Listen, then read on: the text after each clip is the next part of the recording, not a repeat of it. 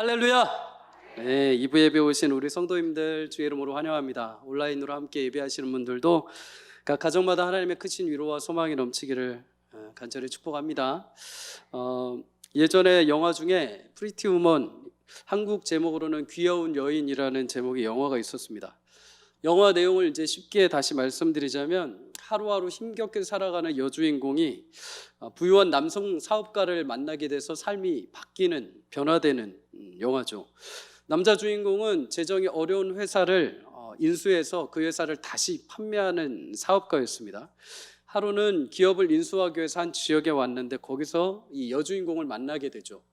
여주인공의 이 털털함과 순수함에 마음이 끌린 이 남성은 여주인공에게 일주일만 고용 파트너로 같이 일하자고 이렇게 계약을 하게 됩니다. 근데 먼저 해야 할 일이 있었습니다. 뭐냐면 여주인공의 그 허름한 옷을 이렇게 바꿔줘야 했죠. 앞으로 이제 비즈니스를 하게 되면 많은 바이어들을 만나야 되는데 같이 동참하는데 옷이 조금 필요했습니다. 그래서 여주인공은 다음날 남자 주인공의 그 카드를 지원받아서 이제 옷을 사러 쇼핑을 가게 됩니다. 그런데 명품샵에 들어갔는데 그녀의 겉모습, 지금의 그 허름한 옷을 보고 그 직원분들이 다 문전박대를 하게 됩니다. 그녀는 기분이 상해서 나오게 되죠. 며칠 뒤에 이 여인은 다시 남자의 도움으로 쇼핑을 하게 됩니다. 화려하게 옷을 입고 구두를 신고 여러 가지 명품들을 두 손에 가득 담아서 돌아오게 됩니다. 돌아오던 길에 자신이 아까 어제 들렸던 그 명품샵에 다시 들어가게 되죠. 그녀가 화려하게 치장을 하고 명품을 가득 들고 들어오니까 직원들이 당연히 놀랍니다. 이렇게 놀라고 있는 직원들에게 여주인공이 이렇게 말합니다. 어제 내가 왔었는데 날 쫓아냈죠? 당신들은 판매 수당을 받는 사람들이죠? 큰 실수를 한 겁니다. 저는 이것보다 더 많이 또 쇼핑을 하러 갈 거거든요 하면서 나가버렸습니다. 그 여인을 잘 접대했다면 아마 이 직원들은 판매 수당을 추가로 받았겠죠. 그러나 문전박대해서 그 기회를 날려버리게 됩니다. 우리는 사람들은 겉모습만 보고 또는 현실과 우리 앞에 보는 상황을 보고 쉽게 판단하고 결정을 합니다. 우리도 마찬가지죠. 어쩌면 우리도 늘 현실 앞에 또 우리에게 주어진 상황 앞에 늘 우리의 갇혀있는 틀 앞에 늘 멈춰 있을 때가 있습니다. 예수님의 제자들도 그랬죠. 예수님이 그 배에 같이 타고 있음에도 불구하고 바다 가운데 있는 그 풍랑을 바라보면서 두려움과 공포에 떨게 됩니다. 그만큼 우리는 눈에 보여지는 겉모습 또 우리의 처한 현실이 우리의 마음을 빼앗아 가게 됩니다. 우리의 행동을 움직여버리게 되죠. 그래서 신자로서 외적인 상황과 환경을 끌어가기보다는 외적인 상황과 겉모습에 의해서 우리가 그 환경의 지배를 받고 끌려갈 때가 있습니다. 눈에 보이는 물질과 건강, 그리고 사람들의 시선과 환경, 가정의 형편과 직장에 넉넉하지 못한 현실들이 우리를 하루에도 수십 번씩 마음을 요동치게 만들기도 하죠. 눈앞에 예상되는 그럴듯한 결과와 청사지에 있으면 마음이 든든합니다. 그런데 그런 것들이 안 보이게 되면 마음이 막 흔들리게 되죠. 불안해집니다. 조마조마하게 되죠. 여러분, 그런데 이렇게 힘없이 살고 싶은 사람이 누가 있겠습니까? 적어도 우리가 신자인데 세상을 당연히 끌어가야 될 사람들인데 늘 언제나 우리가 이렇게 조마조마하게 사고 이렇게 늘 불안해할 사람들이 어디 있겠습니까? 늘 우리는 힘있게 살고 싶죠. 어떤 일을 만나도 어떤 상황에 처해도 당당하게 그리스도인을 걷고 믿음으로 걸어가기를 다짐하는 게 우리입니다. 그런데 그게 잘 안 되죠. 왜 그럴까요?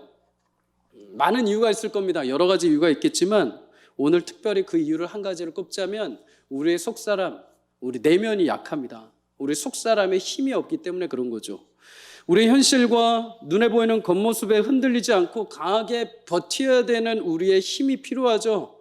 마치 태풍이 불어도 나무가 흔들리지 않고 견고하게 깊이 뿌리를 내려서 받치고 버티는 것처럼 우리 내면에 견고한 힘이 필요합니다. 흔들리지 않는 내면의 힘이 필요하죠. 힘겨운 상황에서도 나를 붙드는 힘, 절망 상황에서도 넉넉하게 내가 이겨나가리라라는 담대한 믿음과 힘이 우리 내면 가운데 필요합니다. 부디 사랑하는 우리 동광의 성도님들, 여러분들의 겉모습이 아름다운 만큼 우리의 속사람도 힘이 있고 내면에 강한 하나님의 은혜가 있기를 주의 이름으로 축복합니다. 내면 우리 심령 가운데 성령께서 강하게 임재하여 주셔서 어떤 상황과 환경에 처하든지 간에 우리가 가야 하는 믿음의 길을 걸어갈 수 있도록 주님께서 붙잡아 주시기를 주의 이름으로 축복합니다. 여러분, 그렇다면 어떻게 우리 속사람이 강할 수 있습니까? 우리 내면에 무엇으로 우리는 힘을 얻을 수가 있을까요? 오늘 본문을 통해서 우리의 힘이 어디에서 채워질 수 있고 그리고 그 힘을 받은 신자의 삶이 어떤지를 잠깐 함께 나눠보려고 합니다. 오늘 본문 1절은 이렇게 말씀합니다. 우리 성도님들 다 함께 읽겠습니다. 시작. 우리가 하나님과 함께 일하는 자로서 너희를 권하노니 하나님의 은혜를 헛되이 받지 말라. 아멘. 우리 속사람이 강해지려면 먼저 우리가 받은 은혜를 제대로 확인을 해야 됩니다. 어설프게 받으면 안 되죠.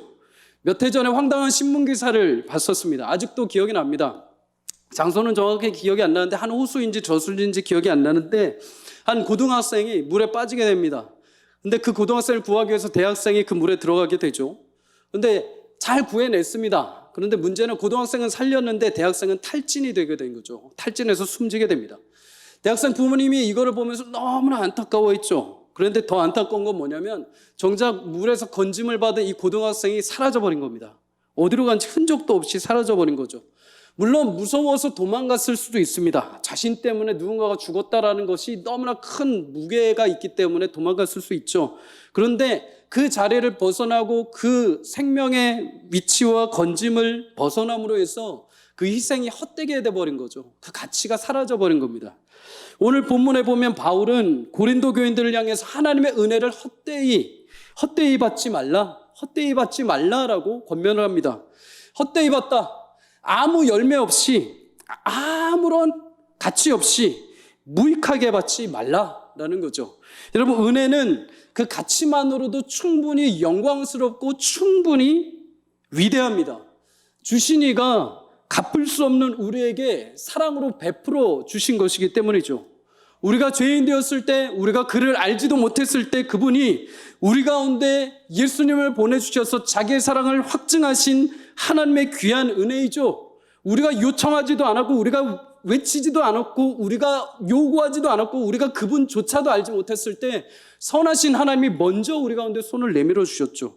여러분, 그런데 문제는 뭐냐면 그 은혜를 받은 자들이 그 은혜를 방치한 거죠. 호주머니에 그냥 집어넣은 거예요. 우리 마음 가운데 찬장 속에 그냥 집어넣은 거죠. 서랍 속에 그냥 고이고이 모셔둔 겁니다. 여러분, 더 나아가서 어떤 사람들은 그 은혜를 빙자해서 죄를 짓는 방편으로 사용을 했습니다. 로마서 6장 1절은 이렇게 말하죠. 그런즉 우리가 무슨 말을 하리요? 은혜를 더하게 하려고 죄에 거하겠느냐? 아멘. 똑같은 은혜라 하더라도 죄를 많이 지은 사람이 여러분 당연히 은혜를 더 많이 받게 되겠죠. 그런데 여러분, 이것을 오용해서 어떤 사람들이 그러면 율법에 더 많은 죄를 지으면 더 큰 은혜를 받겠네? 그럼 더 많이 죄를 지어도 되겠네? 하면서 죄를 짓는 면죄부로 마치 이 은혜를 생각했던 겁니다. 근데 그렇지 않죠. 진정 은혜를 경험한 사람은 다시 그 굴로 들어가지 않죠. 은혜가 진정 은혜되는 것은 받은 자가 그 은혜의 가치를 분명하게 알 때 그 은혜는 더욱 빛나게 되어 있습니다.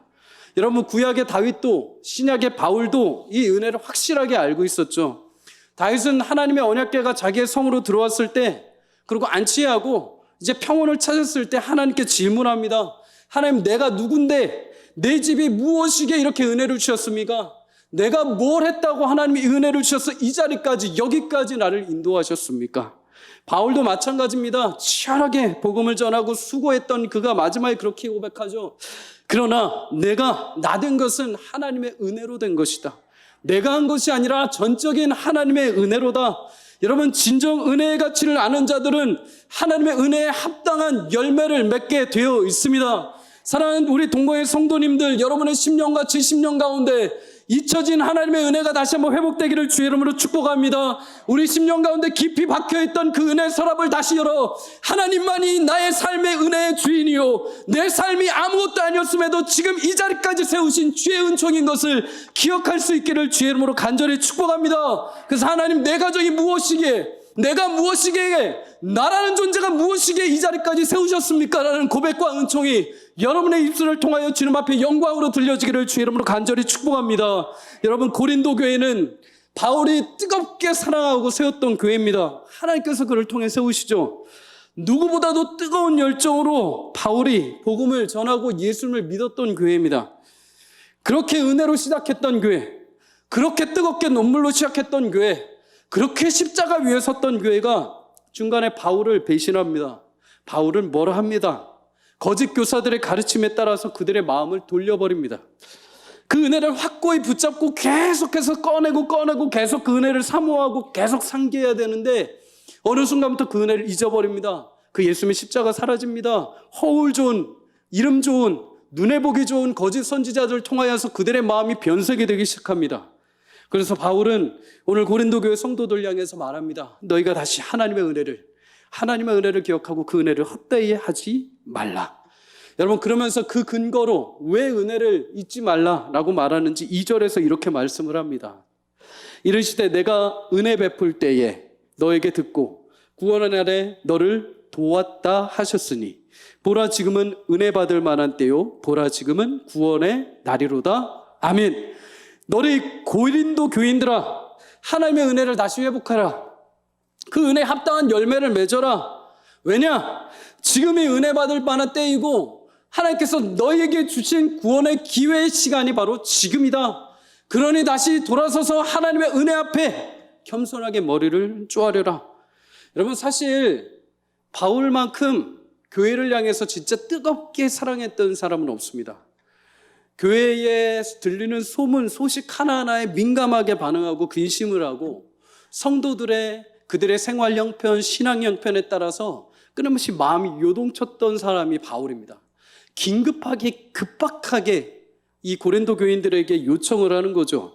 자신이 하나님의 거룩한 사명을 받고 복음을 전했던 교회, 오직 내 마지막 그 끝에 하나님 앞에 갔을 때 나의 면류관이 이 고린도 교인들이라고 확신했던 바울이기에 자신에게 돌아서서, 아니 그것보다 더 하나님의 복음 앞에 돌아섰던 그 영혼들, 흔들리는 그 영혼들에게 긴박하게 요청할 수밖에 없었죠. 그러면서 여러분, 그 긴박한 마음을 담아서 내세운 구절이 이사야 49장 8절을 인용한 말씀이었습니다. 내가 은혜 베풀 때에 너에게 듣고 구원의 날에 너를 도왔다. 여러분, 사실 이 말씀은 하나님께서 이스라엘 백성들에게, 유다 백성들에게 바벨론 포로 생활을 해방하실 것을 약속하시면서 주신 거죠. 더 나아가서 메시아 예수님이 이 땅에 오실 것을 그 메시아 예수님에게 주신 말씀이기도 합니다. 은혜 베풀 때, 원어적으로 말하면 하나님께서 받으실 만한 그때가 되었을 때, 기쁘게 연락하실 만한 그때에 너에게서 내가 들었고 구원의 날에 너를 도왔다라는 말이죠. 여러분, 성경의 때는 두 가지 의미가 있습니다. 하나님의 때와 사람의 때가 있죠. 하나님의 시간과 사람의 시간이 있습니다. 여러분, 오늘 바울이 인용한 이사야의 말씀은 하나님의 때입니다. 하나님의 시간이죠. 죄로 인해서 하나님 앞에 설 수 없던 우리를 위해서 예수님 스스로가 완전한 제물이 되어서 하나님께 기쁨의 제물이 되어야 할 때, 그때 하나님이 받아주실 만한 그때, 그 결과로 수많은 사람들이 하나님 앞에 돌아올 만한 그때가 이제 시작되었다는 것이죠. 여러분, 우리는 흔히 생각할 때 하나님의 때와 내 때가 맞아떨어지기를 바랍니다. 아니, 정확하게 말하면 내 시간의 때와 하나님의 때가 맞춰지기를 요청을 하죠. 근데 여러분, 하나님의 때와 우리의 때는 차원이 다릅니다. 하나님의 시간과 우리의 시간과 계획은 완전히 다르죠. 우리의 삶은 여러분 사실은 엄밀하면 시간의 흐름입니다. 내가 살고 있고 내가 시간을 통제하는 것 같지만 시간은 그냥 흘러갑니다. 내가 뭘 하든, 내가 멈추든, 내가 잠을 자든 밥을 먹든 시간은 흘러가죠. 그 안에 우리는 그냥 살아가는 겁니다. 그 안에 살아가면서 우리는 여러 가지 일들을 겪게 됩니다. 고난, 아픔, 기쁜 일, 즐거운 일, 행복한 일, 불행한 일, 여러 가지 우여곡절을 당하게 되죠. 여러분, 그래서 때로는 뭐라고 하나님 앞에 하소연합니까? 하나님, 지금의 때 왜 나를 안 도와주십니까? 왜 이런 일들이 일어나는데 왜 인도하지 않으십니까? 왜 하나님 지금 나를 가만히 놔두십니까?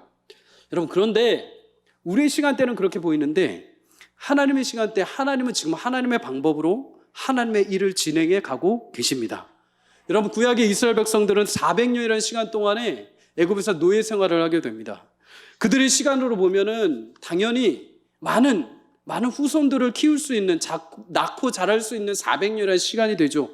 근데 노예라는 시간은 굉장히 힘들었을 겁니다. 근데 하나님은 그들이 200년, 300년 될 때 그들이 부르짖고 눈물을 흘린다고 해서 오시지 않았습니다. 400년, 하나님께서 약속하신 400년이 딱 찼을 때 그때 모세를 통해서 그들을 출애굽시켜 주시죠. 바벨론 포로로 잡혀간 유대인들도 마찬가지입니다.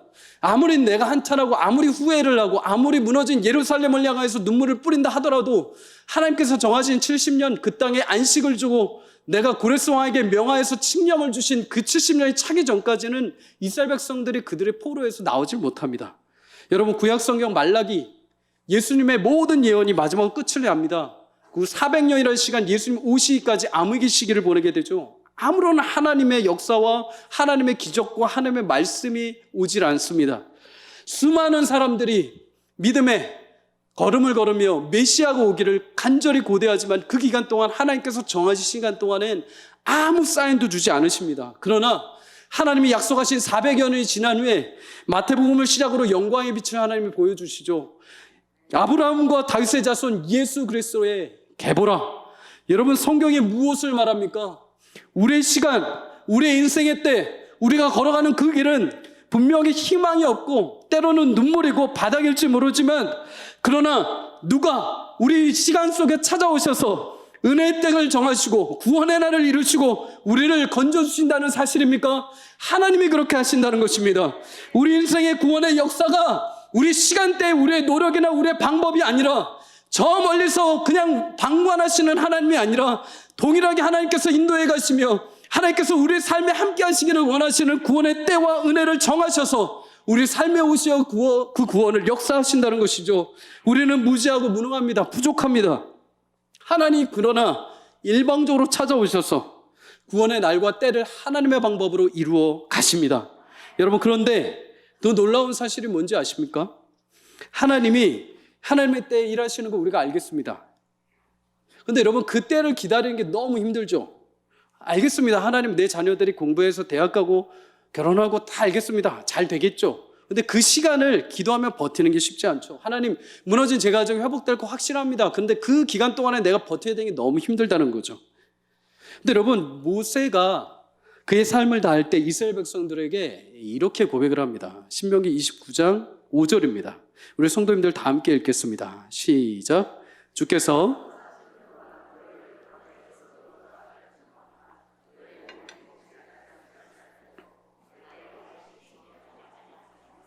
아멘. 이 고백이 여러분의 고백이 되시길 축복합니다. 여러분, 광야 40년 동안, 400년 동안, 70년 동안 하나님은 단 한 번도 그의 시선을 사람들에게서 떼지 않으셨습니다. 40년 동안 하나님이 외면하시고 마치 우리 가운데 안 계신 것처럼 맨날 아우성쳤죠. 불평하고 원망했죠. 자신들 스스로가 광야에서 치열하게 싸고 한다고 생각을 했는데 돌아보니까 매 순간 하나님이 함께하지 않으신 시간이 없었다는 겁니다. 너희가 먹을 것이 필요하면 하나님께서 늘 주셨고 너희의 옷과 신이 허러지지도 않았고 너희 가운데 불기둥과 구름기둥으로 늘 함께 하셨고 너희 가운데 너희 그 족족 안에 늘 하나님이 인재로 함께 하셨다는 것입니다. 여러분, 하나님은 늘 인자와 긍휼하심을 잊지 않으시고 하나님의 때에 맞춰서 우리 가운데 늘 함께 하시며 일해 오십니다. 사랑하는 성도님들, 하나님은 우리 인생 가운데 실패와 좌절, 낭만 그 모든 것을 넘어서 하나님의 때를 위해서 모든 일들을 하나님께서 사용하시며 하나님의 역사로 이루어 가십니다. 매 순간마다 하나님이 안 계시는 것 같지만 하나님은 늘 함께 동행해 오셨습니다. 그리고 여러분의 삶을 돌아봤을 때 그것이 하나님의 은혜였고 하나님의 진실한 도움이셨고 하나님의 크신 힘이었음을 우리는 보게 됩니다. 그래서 여러분, 전도서 3장 11절 상반절에 이렇게 말합니다. 하나님이 모든 것을 지으시되 때를 따라 아름답게 하셨다. 여러분, 하나님 안에 살아가는 여러분의 삶과 시간의 때는 아름답습니다. 그 어떤 것도 버릴 만한 것이 하나도 없습니다. 내 인생이 지금은 굴곡지고 내 가정이 지금 이 때를 너무나 힘겹게 보낸다 할지라도 하나님이 안 계시는 것이 아니죠. 나의 현실과 눈앞에 보이는 상황 앞에 절망하고 무릎 꿇지 않으기를 주의 이름으로 축복합니다. 하나님은 지금도 여러분의 때를 아름답게 이루어 가십니다. 하나님이 약속하신 때는 반드시 성취될 줄 확실합니다. 주의 일은 성취되고 완성될 것입니다. 바울은 그 은혜의 때, 은혜의 시간이 먼 훗날, 다음 날이 아니라 언제라고 합니까? 지금이라고 합니다. 사랑하는 성도님들, 일주일 후가 아닙니다. 내일이 아닙니다. 바로 오늘입니다. 바로 지금입니다. 여러분, 구원의 문을 열렸지만 언제 닫힐지 모릅니다. 이 말은 하나님께서 여러분의 구원을 닫는다는 것이 아니죠. 우리의 인생이 마감되면 그 안에 문이 닫히게 되는 거죠. 언제 우리의 인생이 언제 하나님 앞에 갈 줄 누가 알겠습니까? 사랑하는 성도님들, 오늘 이 자리에 하나님의 은혜 되도록 여러분의 삶 가운데 성령께서 역사해 주시기를 주의 이름으로 간절히 축복합니다. 여러분의 때를 소중히 여기십시오. 여러분의 하루하루를 소중히 여기십시오. 하나님이 여러분과 함께 동행해 오셨습니다.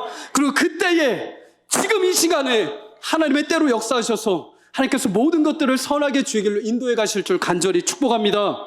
여러분, 고린도 교인들에게 긴박하게 주어졌던 은혜 다시 상기하라고 합니다. 하나님께서 너에게 주신 그 은혜의 시간들을 놓치지 말라는 거죠. 너희에게 주셨던 건 헛된 것이 아니라는 겁니다. 너에게 주셨던 그 십자가의 복음의 능력과 은혜는 단순히 그냥 거짓 선지자들에 의해서 잊어버릴 만한 것이 아니라는 겁니다. 지금 계속 붙잡으라는 겁니다. 여러분, 우리는 구원을 늘 상기해야 됩니다.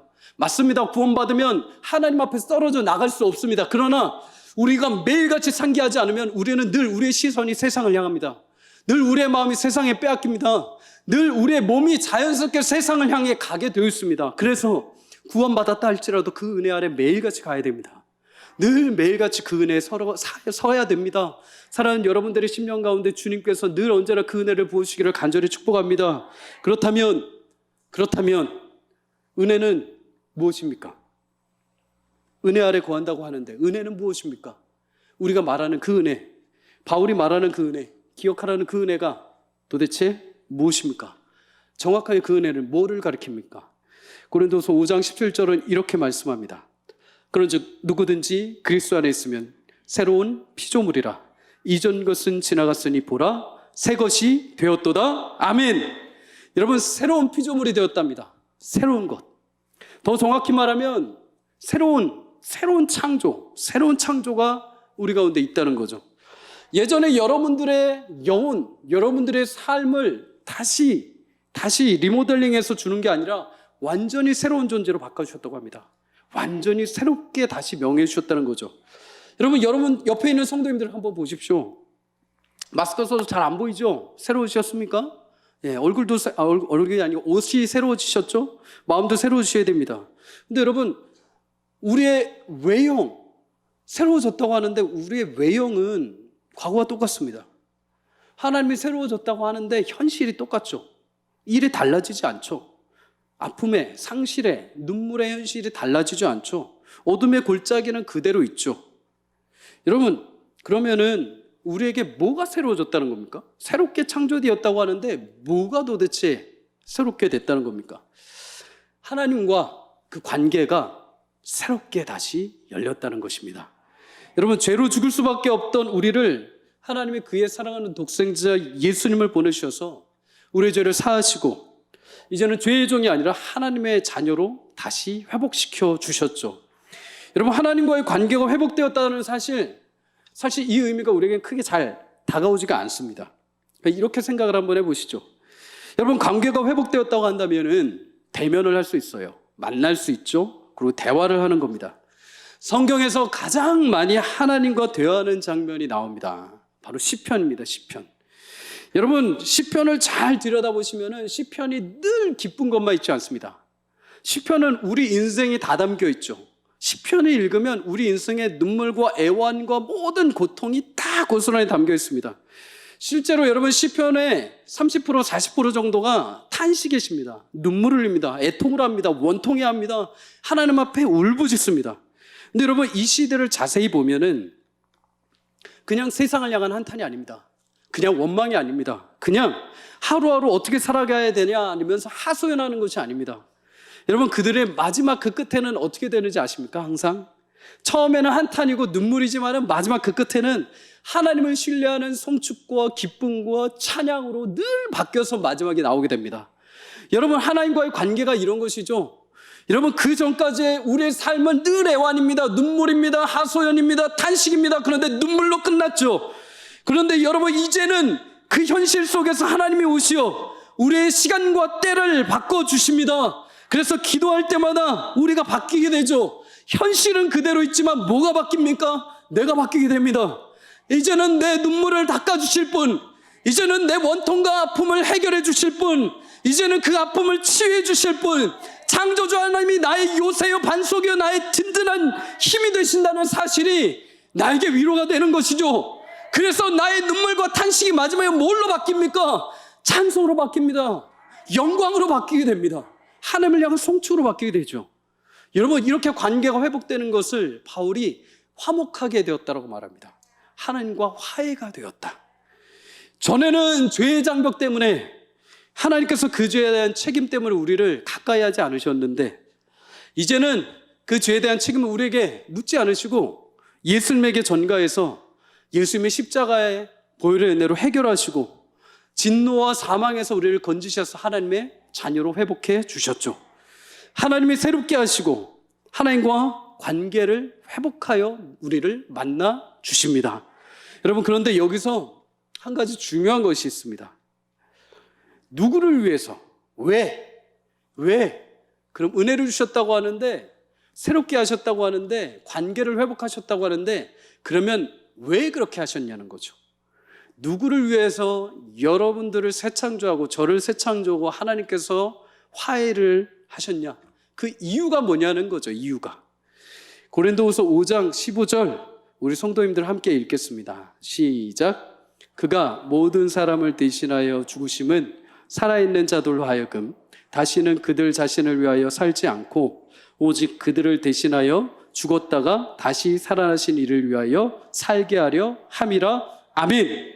하나님과 화해한 새로운 피조물들의 삶, 이제 그 이유는 자신을 위하는 삶이 아니라 예수님을 위해 살게 하시기 위함이라고 성경은 말씀합니다. 여러분들의 아멘이 약해진 이유 압니다. 부담이 되죠. 또 뭘 예수님 위해 살라고 하나, 또 봉사해야 되나, 또 선교사 가야 되나. 여러분, 그런 의미가 아닙니다. 여러분, 하나님은 예전에 우리가 죄를 지었을 때 아무리 우리가 뭘 위대하게 해도 하나님께서 그걸로 영광받지 못하셨습니다. 않으셨죠. 아무리 내가 돈을 많이 벌고 높은 자리에 나가도 하나님 그거 콧등도 보지 않으셨습니다. 근데 여러분, 이제는 하나님의 자녀가 된 이상 하나님께서 여러분이 무슨 일을 하든지 간에 그 일을 통해서 영광을 받으십니다. 주의 이름으로 한다고 한다면 그 일이 가정을 지키는 일이든 공부를 하는 일이든 직장의 일이든 나의 아주 사소한 일이라 할지라도 하나님은 그 일을 통해서 영광을 받으십니다. 여러분이 하나님을 위해서 사는 삶이라는 것을 기억하시기를 축복합니다. 여러분, 하나님이 여러분의 삶을 통해 영광 받으시기를 주의 이름으로 축복합니다. 여러분의 현실에 주어진 일은 하찮은 일이 아닙니다. 여러분이 세상의 판단 때문에 내일을 작게 여기고 내일 가치 없다 여기고 나 스스로를 저렴하게 여기지 마십시오. 하나님은 구원받은 백성의 모든 일들을 그가 오직 주의 이름으로 기도하고 간구하며 하나님의 일처럼 할 때 그 작은 일에서 하나님의 영광을 보여내 주십니다. 나의 사업장, 직장, 가정을 통해서 하나님의 영광 받으실 줄 확신합니다. 여러분의 작은 삶을 통해서 하나님의 영광의 통로로 삼아 주실 것입니다. 누군가는 여러분의 작은 섬김을 통해서 그 모습을 보면서 하나님의 감동을 경험할 것입니다. 누군가는 여러분의 손길을 통해서 하나님의 영광의 은혜를 체험하게 될 것입니다. 누군가는 그거를 통해서 주의 살아계심과 하나님 나라를 보게 될 것입니다. 바울은 그의 가치와 방향이 완전히 바뀌었습니다. 이제는 내가 살던 내 방향이 아니라 하나님을 살게 되죠. 그 전까지는 율법을 따르고 교회를 핍박하던 그가 이제 나를 위한 것이 아니라 예수님을 위해서 교회를 섬기고 교회를 세우고 성도들을 이렇게 세웁니다. 완전히 바뀌게 되는 거죠. 물론 우리는 거기까지 갈 필요는 없죠. 작은 우리의 삶의 현실에서 내가 똑같은 일을 할지라도 나의 방향과 가치가 달라지는 것입니다. 이전에는 이윤을 위해서 속이고 삥 뜯고 거짓말을 했다면 하나님, 내가 정직하게 하겠습니다. 하나님, 내가 정직하게 하는 그 수고와 은혜의 결실을 주십시오. 그런데 웬일입니까? 하나님 앞에 정직하게 했더니 이전보다 더 풍성한 은혜를 보이시며 저 사람은 하나님께서 함께 하시는 사람이구나. 그런 은혜와 기적이 여러분 삶에 있기를 주의 이름으로 축복합니다. 바울도 삶이 바뀝니다. 나의 열정과 에너지가 하나님 쪽으로 향하게 되죠. 하나님께서 경건하게 열심히 살아가고 열심히 교회를 세웁니다. 근데 여러분, 우리가 그렇게 새로운 피조물에 대해서 하나님을 위해서 살아가게 되고 마음이 바뀌게 되면 뭐가 찾아올까요? 당연히 고난이 찾아옵니다. 핍박이 찾아오죠. 바울도 자신의 방향이 바뀌어서 열심히 섬겼는데 오늘 우리 본문이 읽은 4절 5절 딱 초반부터 뭐라고 말하면 나에게 온갖 고난이 다가왔다라고 고백을 합니다. 고린도후서 6장 4절에서 5절 우리 성도님들 다 함께 읽겠습니다. 시작. 오직 모든 일에 하나님의 일꾼으로 자천하여 많이 견디는 것, 환난과 궁핍과 고난과 매맞음과 갇힘과 난동과 수고로움과 자지 못함과 먹지 못함 가운데도, 여러분 하나님의 구원의 은혜 아래서 이제 새롭게 하나님의 일을 실현하려고 하는데 바울의 정작 인생은 고난 한복판에 서 있습니다. 환난, 궁핍, 고난과 매맞음, 옥에갇힘, 자신을 죽이려는 폭도들의 위협, 고된 일과 하나님의 위를 위해서 잠을 못 자는 것, 심지어 먹을 것도 거른 일들, 그에게는 온갖 육신적인 고난이 찾아오게 되죠. 육신의 엄청 고난이 올 때 그는 어떠했을까요? 우리가 여기서 여러분 한 가지 먼저 짚고 넘어가야 됩니다. 바울의 일생을 보면 이런 수많은 고난들과 고통들이 있는데 하나님께서 늘 바울의 인생에 딱 두 가지를 늘 함께 해주신 것을 보게 됩니다. 첫째는 위로입니다. 위로. 여러분, 그래서 바울이 뭐라고 고백하면 고린도후서 1장 5절에 그리스도의 고난이 우리에게 넘친 것 같이 우리가 받은 위로도 그리스도로 말미암아 넘치는도다. 아멘. 여기서 위로라는 단어는 구원이라는 단어라고도 할 수 있습니다. 여러분, 새롭게 된 자들은 하나님이 영적으로 그 안에 은혜를 주십니다. 위로를 주십니다. 힘을 주십니다. 모든 상황에서 버텨낼 만한 위로의 순간들을 주시죠. 여러분, 바울이라고 해도 어찌 그의 마음에 위로가 없었겠습니까? 그라고 해서 여러분 위로가 필요 없었겠습니까? 여러분, 믿음을 가진 가장이라고 해서, 아빠들이라고 해서, 아버지라고 해서 여러분 위로가 필요 없겠습니까? 믿음을 가진 기도의 어머니라고 해서, 여인들이라고 해서 여러분 위로가 필요 없겠습니까? 공부만 하면 된다고 자녀들 여러분 치열하게 싸워가는데 자녀들에게 위로가 필요 없겠습니까? 위로가 필요합니다. 여러분, 바울은 그 사역을 해가는데 하나님이 늘 그때마다 위로를 주십니다. 풍요로운 연보를 통해서 많은 동역자들을 위해서, 심지어 필요하다면 옥문을 하나님께서 흔드시더라도 하나님께서 함께 하신다는 위로를 보여주십니다. 사랑하는 여러분, 하나님은 위로의 하나님이십니다. 하나님은 새롭게 구원하신 그의 백성들을 하나님의 방법과 하나님의 은혜로 위로하시고 구원해내십니다. 여러분, 그냥 여러분의 삶을 살아가십시오. 여러분, 너 열심히 해보십시오. 이렇게 하나님은 내팽개치는 것이 아니라 그 고난과 함께 하나님은 고난만큼의 수준을 넘을 정도로의 위로를 더해 주십니다. 사람으로, 말씀으로, 교회로, 성도로, 소소한 일로 하나님은 언제든지 여러분을 구원해 내십니다. 우리 심령 가운데 위로를 주십니다.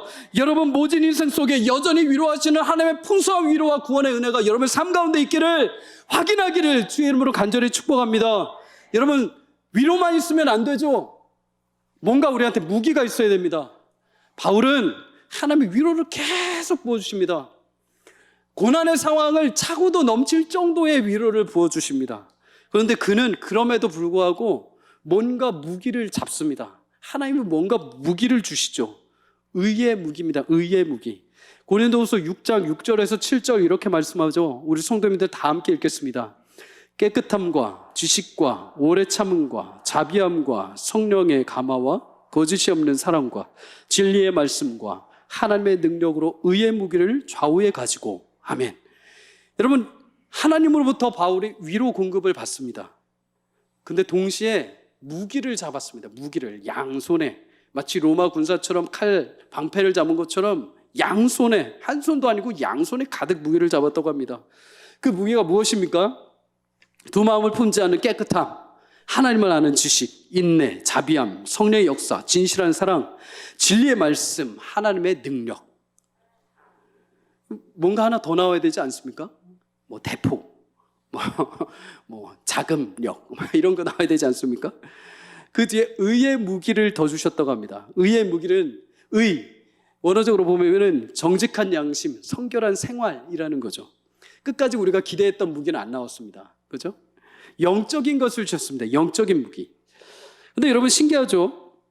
하나님의 사람들에게 이 세상에 싸워오는 거는 육신의 싸움입니다. 그죠?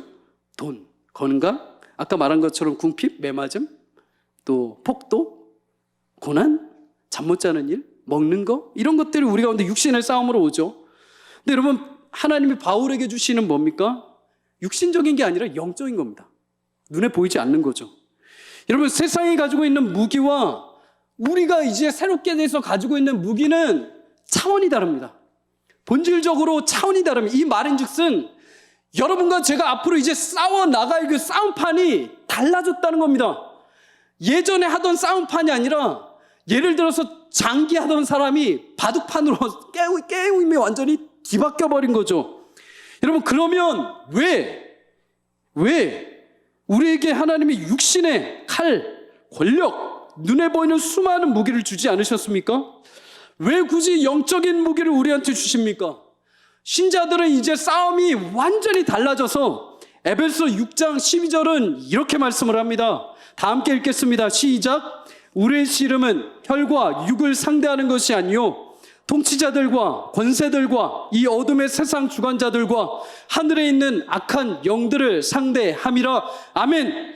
여러분, 이제 그리스도인들은 세상의 힘과 창과 방패로 싸우는 게 아니라 영의 싸움을 하는 존재들이 되었다라고 성경은 말합니다. 그래서 하나님은 우리에게 육신적인 무기가 아니라 영적인 무기, 성령의 능력, 거룩한 주의 말씀, 믿음의 신실함을 우리 가운데 허락해 주셨습니다. 완전히 신식 무기죠. 완전히 새로운 무기입니다. 여러분, 바울의 이 부분 굉장히 확실했습니다. 바울은 예전에 육신적으로 싸웠습니다. 율법을 지키고 안 지키고, 예수님을 믿는 사람들 갖다가 힘으로 묶어다가 가두고 폭행하고 고난을 줬죠. 육신의 힘으로 싸웠습니다. 그런데 예수를 믿고 난 이후에, 신자가 된 이후에 그는 최신의 영적 무기를 소지하게 됩니다. 그의 손에 다시는 율법의 육신의 무기를 잡지 않습니다. 보이지 않는 영적인 진리와 생명과 거룩함과 의의 무기, 하나님의 성령의 능력을 그는 손에 붙잡고 달려갑니다. 여러분, 성도도 마찬가지입니다. 여러분에게 하나님이 신자가 된 이후에 주시는 무기는 의의 무기입니다. 영적인 무기입니다. 거룩함과 사랑, 진리의 말씀, 하나님의 능력. 근데 여러분, 문제가 뭡니까? 세상이 계속 뭘로 싸움을 걸어옵니까? 옛날 무기로 싸움을 걸어옵니다. 옛날에 구닥다리로 싸움을 걸어옵니다. 구닥다리 무기로 계속, 여러분은 완전 최신의 무기를 가지고 있는데 구닥다리 옛날 무기로 공격을 해오는 거죠. 이거를 좀 재미있게 다시 표현해 보자면 이렇게 말할 수 있죠. 여러분, 동그라미 플라스틱 이렇게 총알 아시죠? 플라스틱 총알, 비비탄이라고도 하죠. 아마 손자가 있으신 우리 성도님들은 플라스틱 총을 아실 거예요. 비비탄이 나가는 총, 장난감 총 알 겁니다. 이 장난감 총을 가진 아이가 공격을 합니다. 누구를요? 최신 무기로, 완전히 최신 무기로 완전 무장한 특공 부대 군인한테 와가지고 막 쏘면서 공격을 합니다. 한번 붙어보자 하면서, 그죠? 그 앞에서 얼레리 꼴레리 하면서 막 도발을 합니다. 여러분, 그런데 이렇게 아이가 비비탄 총을 가지고 이렇게 싸우는데, 걸어오는데 완전 최신식 무기를 장착한 완벽한 군인이 어떻게 해야 됩니까? 잘 걸렸다 하면서 최신식 무기를 드러냅니까? 아니죠. 여러분, 신형 무기를 그러면 내려놓고 다시 비비탄 총을 들고서 비비탄 총으로 같이 싸웁니까? 그럼 폼이 좀 안 나잖아요. 완전 무장인데 비비탄 총 쏘면. 여러분, 구원의 은혜를 받았는데 우리는 다시 돼지 우리로 가선 안 됩니다.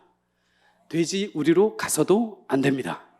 성경은 오늘 하려는 말씀이 이겁니다. 세상은 여전히 신자를 향해서 육신적으로 싸움을 걸어옵니다. 옛날의 방편으로 싸움을 걸어오죠. 여러분, 그런데 우리는 이제 우리가 가지고 있는 무기의 차원이 달라졌습니다. 우리가 싸우는 차원이 달라졌습니다. 그러니까 여러분, 세상을 향해서, 세상이 여러분을 향해서 뭐라고 합니까? 우리는 싸움의 판이 달라졌고 우리가 가진 무기가 달라졌습니다. 우리가 지는 게 아니고 우리가 힘이 없어서 못 싸우는 게 아니라 우리의 무기 자체가 달라져서 우리는 그저 그 영적인 무기를 가지고 영과 싸우는 거죠. 그런데 옛날 무기를 가지고 있는 세상이 와서 우리를 도발합니다. 야, 뭐하냐? 야, 뭐해? 무섭냐? 못 이기겠냐? 야, 너 예수 믿으면서 뭐해? 돈도 없냐? 너 성공 못하냐? 왜 그래? 왜 약해? 이러면서 계속 옛날 거로 도전을 해오죠. 그래서 여러분, 고린도후서 6장 8절에서 사람을 평가를 하는데 세상이 우리를 향해서 뭐라고 평가를 하냐면 빨간색만, 욕됨, 악한 이름. 바울이 여러분 이 땅을 사는데 우리에게 평판이 두 가지가 나온다고 합니다. 욕됨, 악한 이름, 이것이 누가 평가를 하냐면 세상이 평가를 하는 겁니다. 복음에 대해서 무지한 자들, 세상은 우리를 향해서 욕됨, 모욕을 주죠. 악한 이름, 비난을 가해옵니다. 야, 너희가 하나님을 믿는다면서 왜 그 모양이냐? 야, 너희가 지금 믿는다면서 너 예수 믿는데 왜 그래? 너 도대체 삶이 왜 그래? 너 집 아직도 거기서 사냐? 너 차는 타가 왜 그래?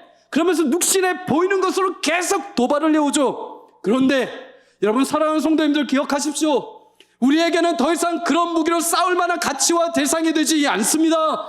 하나님께서 여러분을 완전히 새로운 군대로 부르셨는데 우리는 이제 그런 저렴한 싸움이 아니라 영적인 싸움을 해가는 사람들입니다. 여러분의 손에 들려지는 무기는 새로운 세상의 무기가 아니라 하나님께서 영적으로 주신 거대한 하나님 나라의 영광스러운 무기인 것을 기억하십시오. 근데 여러분, 그걸 누가 보는지 아십니까? 그걸 누가 판단하시는지 아십니까? 하나님이 아십니다. 교회가 압니다. 성도가 압니다. 믿음의 길을 걸어가는 사람들이 여러분을 압니다. 그래서 여러분, 고린도후서 6장 8절에 똑같은 사람인데, 똑같은 바울인데 다른 평판을 냅니다. 파란색, 영광, 아름다운 이름. 이건 누가 평가를 하는 겁니까?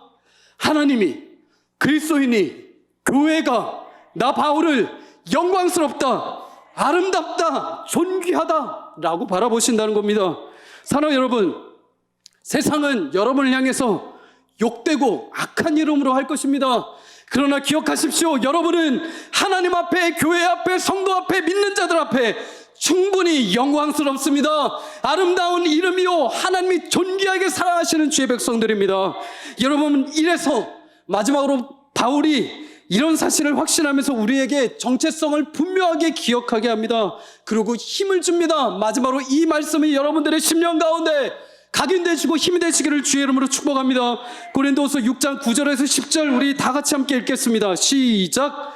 무명한 자 같으나 유명한 자요, 죽은 자 같으나 보라, 우리가 살아있고 징계받는 자 같으나 죽음을 당하지 아니하고 근심하는 자 같으나 항상 기뻐하고 가난한 자 같으나 많은 사람을 부유하게 하고 아무것도 없는 자 같으나 모든 것을 가진 자로다. 아멘. 사랑하는 여러분, 세상은 우리를 이름 없다고 합니다. 죽은 자들과 같다라고 말합니다. 하나님 앞에 징계받았다고 합니다. 늘 근심하는 자, 가난한 자, 아무것도 없는 쓸모없는 자들. 그러나 하나님은 우리 신분을 아십니다. 하나님은 우리를 향해서 너희는 그게 아니라고 합니다. 너희는 세상에선 너희를 알아주지 않지만 나는 내 생명책에 너의 이름을 기록하였다. 너는 내 안에 유명한 자이다. 너는 죽지 않고 반드시 부활의 영광에 참여할 것이다. 너에게 당하는 징계는 저주가 아니라 사랑하는 아들에게 내게 주는 연단의 과정이다. 너는 근심하지 않고 그 안에 반드시 기쁨의 단을 맺게 될 것이다. 가난하지만 실상 너는 풍요로워서 누구에게나 부요함을 줄 수 있는 하나님의 거룩한 부요함을 가진 특권 있는 자이다. 세상 사람들이 보기에 너는 아무것도 없는 자 같지만 기억해라. 너는 내 최고의 가치인 예수를 가지고 있는 자이다. 모든 것을 가진 자이다. 이렇게 살아가는 사람들, 이 확신을 가지고 살아가는 사람들, 성경이 이들을 향해서 뭐라고 말합니까? 히브리서 11장 38절. 이런 사람은 세상이 감당하지 못하느니라. 아멘. 사랑하는 성도님들, 여러분의 삶이 이렇게 되시기를 주의 이름으로 축복합니다. 우리는 눈에 보이는 영적인, 눈에 보이는 육신적인 무기로 싸워가는 사람들이 아닙니다.